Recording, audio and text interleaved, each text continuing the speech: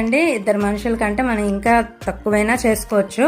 కాకపోతే కొంచెం నేను రాత్రి బొవ్వలోకైనా సరే ఓ 4 చారులోకి నంచుకున్నా బాగుంటుందని చెప్పి ఇంకా ఉంచేసాను. ఉల్లిపాయలు పచ్చిమిరపకాయలు ఇందులో కలిపేసుకోవాలండి. ఇప్పుడు మొత్తం మనం కలిపేసుకున్నాక ఇందులో యాడ్ చేసేసుకోవడమే.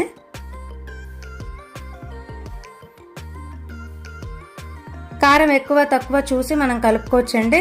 పచ్చిమిరపకాయలు ఇంకొంచెం కావాలి అనుకుంటే ఓ 4 వేసుకోవచ్చు. కాకపోతే ఇది సరిపోద్ది. ఇలాగా ఒక 4 పచ్చిమిరపకాయలు అయితే తీసుకున్నాను. ఉల్లిపాయలు ఇలాగ మొత్తం కలిపేసుకొని మనం అయిపోయినట్టేనండి. మొత్తం ఇందులో కొంచెం జీలకర్ర వేసుకుంటే సరిపోతుంది. నేను ఒక 1 స్పూన్ జీలకర్ర అయితే ఇందులో వేసుకుంటాను. ఇప్పుడు చూసారు కదా, ఇంత చాలు. జీలకర్ర వేసుకుని మొత్తం మనం కలిపేసుకోవడమేనండి. ఏం లేదండి, ఉత్తి పెసరపప్పు, పచ్చిమిరపకాయలు, ఉల్లిపాయలు, కొంచెం సోడా, నేను వరిపిండి వేసుకున్నాను కొంచెం. మొత్తం ఇలా